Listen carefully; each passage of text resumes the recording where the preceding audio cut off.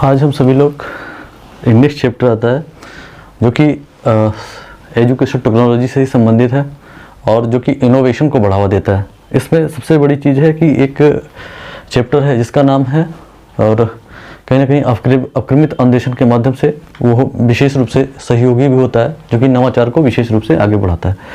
नवाचार की प्रक्रियाओं के अंतर्गत अगर हम समझने का प्रयास करें तो उसमें एक आता है रेखीय अवक्रमित अधिगम और दूसरा आता है शाखीय अवक्रमित अधिगम। एक आता है रेखीय अवक्रमित अधिगम,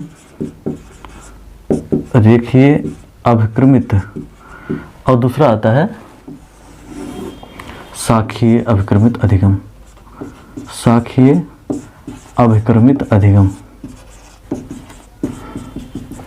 एक आता है रेखीय और दूसरा आता है शाखीय।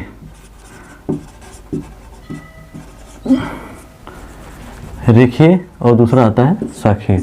दोनों को अगर ध्यान से समझने का प्रयास करें तो रेखीय में क्या होता है और शाखीय में क्या होता है, दोनों की प्रक्रियाओं में अगर ध्यान से समझने का प्रयास किया जाए तो रेखीय अवक्रमित अधिगम की कौन सी प्रणाली होती है और शाखीय अवक्रमित अधिगम प्रणाली कौन सी होती है, इसके अंतर्गत अगर हम समझने का प्रयास करें तो रेखीय की जो अधिगम प्रणाली होती है कहीं ना कहीं वो एक सीधी या निरंतर दिशा की ओर प्रगति को बढ़ाती है, और शाखीय अवक्रमित अधिगम प्रणाली कहीं ना कहीं अव्यवस्था के अंतर्गत या कहीं ना कहीं कह सकते हैं कि ये दोनों का आकार जो अपेक्षाकृत होता है वो काफ़ी छोटा होता है, लेकिन कहीं ना कहीं इधर उधर या कह सकते हैं अलग प्रकार से कार्य को करता है। ठीक है ना। तो रेखीय के अंतर्गत अगर हम समझने का प्रयास करें तो पहले पॉइंट्स में अगर दर्शाएं तो इसमें हम कह सकते हैं कि रेखीय अवक्रमित अधिगम के अंतर्गत कौन सी चीज़ें होती हैं। तो सबसे बड़ी चीज़ है कि रेखीय जो अधिगम होता है वो एक सीधी दिशा में निरंतर कार्य को करता है, रेखीय प्रश्न या कहीं ना कहीं रेखीय अभिक्रम के अंतर्गत आता है, और इसके अंतर्गत अगर हम देखें तो यह हमारे प्रत्ययों को व्यवस्थित करता है, और कहीं ना कहीं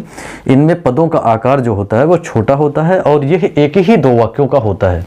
इसमें जो पद का आकार होता है वो पद जो होते हैं वो छोटे होते हैं, और इसमें जो होता है पदों का आकार क्या होता है, पद के आकार इसमें छोटे होते हैं, और कहीं ना कहीं इसमें जो पद का आकार होता है वो अपेक्षाकृत बड़ा ही होता है। किसके अंतर्गत?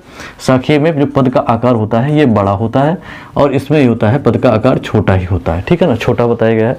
और इसके प्रणालियों के अंतर्गत अगर हम समझने का प्रयास करें तो ये एक ही दो वाक्यों में सीमित हो जाता है, और वो कौन सा होता है, वो कहीं ना कहीं अलग अलग प्रकार से वो कार्य को करता है। तो इसके विषय में वस्तु को दो अनुच्छेद या कहीं ना कहीं तीन अनुच्छेद या बड़े बड़े अनुच्छेदों में इसको विभाजित किया सकता है। इसको हम लोग शाखीय अवक्रम के नाम से जानते हैं, मतलब अलग अलग प्रकार से ये वर्क कर सकता है। तो ये चीजें इसके अंतर्गत आती हैं।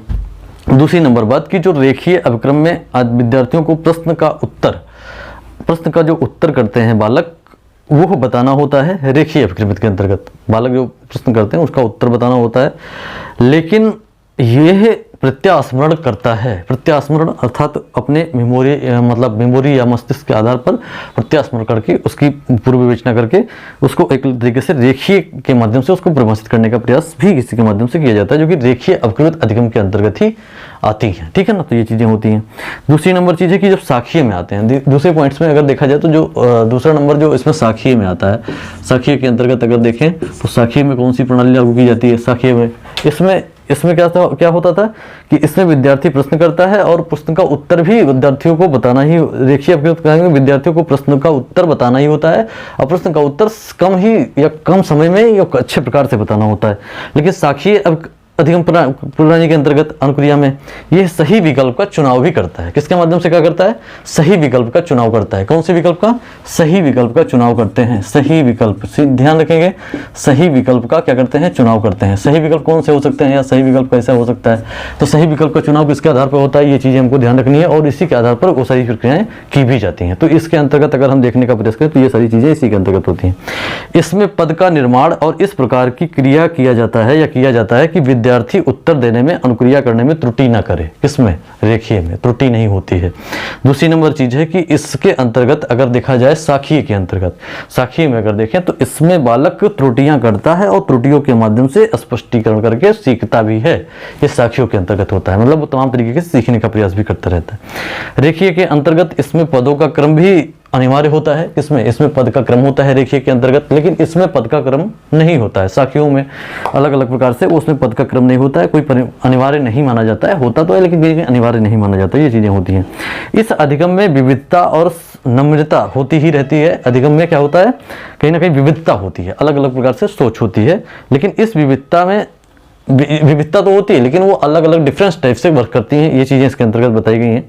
आगे लिखेंगे, अगर हम लोग समझने का प्रयास करें तो इसके जो प्रवर्तक हैं कौन से के, रेखीय के, तो रेखीय के हैं आपके BF स्किनर, इसको ध्यान रखेंगे। रेखीय अपक्रमित अधिगम के कौन है, BF स्किनर हैं। और स्किनर आप जानते होंगे, BF स्किनर ने क्रिया प्रसूत अनुबंधन का सिद्धांत भी अधिगम में दिया है, क्रिया प्रसूत अनुबंधन का सिद्धांत भी दिया है। और जो शाखीय अपक्रम है अपक्रमित, इसमें नॉर्मन M क्राउडर हैं, नॉर्मन क्राउडर कहीं कहीं लिखा रहता है, नॉर्मन क्राउडर हैं, इसके जो जन्मदाता माने जाते हैं। ये चीज़ें हमको ध्यान रखनी है, ठीक है ना। तो इस और ये सभी चीज़ें उन्होंने ही बताई है। तो इसकी प्रणाली को विशेष रूप से इसमें व्यवस्थित किया जाता है, जो कि इसी के अंतर्गत आता है। इसमें त्रुटियों का महत्व नहीं दिया जाता, किसमें, रेखीय में त्रुटियों का महत्व नहीं होता, और इसमें त्रुटियों की संख्याएं होती हैं और त्रुटियों के आधार पर बालक सीखता है और बालक करता जाता है, ठीक है ना। ये छोटी कक्षाओं के लिए अधिक उपयोगी सिद्ध हुआ है, रेखीय वाला छोटी कक्षाओं के लिए अधिक उपयोगी है। लेकिन वो जो है कौन सा, अगला वाला जो शाखीय वाला है, उसमें वो छोटी कक्षाओं के लिए क्या करते हैं, उपयोगी। ये उपयोगी तो है लेकिन कहीं ना कहीं बड़ी कक्षाओं के लिए ज़्यादा उपयोगी है, या बड़ी कक्षाओं में ज़्यादा उपयोग की जाती है। ये चीज़ें इसके अंतर्गत बताई गई हैं। इसके विद्यार्थियों को उत्तर देने की स्वतंत्रता नहीं है या निश्चित नहीं होती, और इसमें बालक, देखिए इसमें विद्यार्थी निश्चित या कहीं ना कहीं एक सुव्यवस्थित उत्तर ही देते हैं, लेकिन उसमें अनिश्चित उत्तर होते हैं, और कहीं ना कहीं उसके माध्यम से जो उत्तर सही सटीक सही व्यवस्थित होगा है, उसी के माध्यम से बालक ज्ञान को प्राप्त करता है। तो ये कहीं ना कहीं इसी के अंतर्गत आती हैं, जो कि रेखीय और शाखीय के माध्यम से डेवलप होती हैं। जिसके रेखीय के जन्मदाता जो माने जाते हैं वो कौन माने जाते हैं, BF स्किनर को बताया जाता है। और जो शाखीय के जन्मदाता हैं वो कहीं ना कहीं नॉर्मन M क्राउडर होते हैं, और कहीं ना कहीं इन्होंने दोनों लोगों ने इसके बारे में बताने का प्रयास किया है। तो रेखीय और शाखीय में सूक्ष्म अंतर होता है, जिसके बारे में आज हम लोगों ने जानने समझने का प्रयास किया है। इसके बारे में आप विशेष रूप से ध्यान रखेंगे, और कहीं ना कहीं इसकी प्रणाली को हम लोग जो सूक्ष्म तरीके से आपको बताने समझाने का प्रयास किया गया उसके बारे में आप ध्यान से समझने का प्रयास करेंगे। आप लाइक्स भी करें, सब्सक्राइब भी करें, शेयर भी करें, सारी प्रणाली को लागू करें, और कहीं ना कहीं कमेंट्स भी करें, ठीक है ना। तो ये चीज़ें राखी और शाखीय अपक्रम के माध्यम से बताया गया, और इसके माध्यम से बालक में नवाचार की प्रक्रियाएं होती हैं, जो कि शैक्षिक तकनीक के अंतर्गत आती हैं, ठीक है ना। तो ये चीज़ें इसके अंतर्गत होती हैं।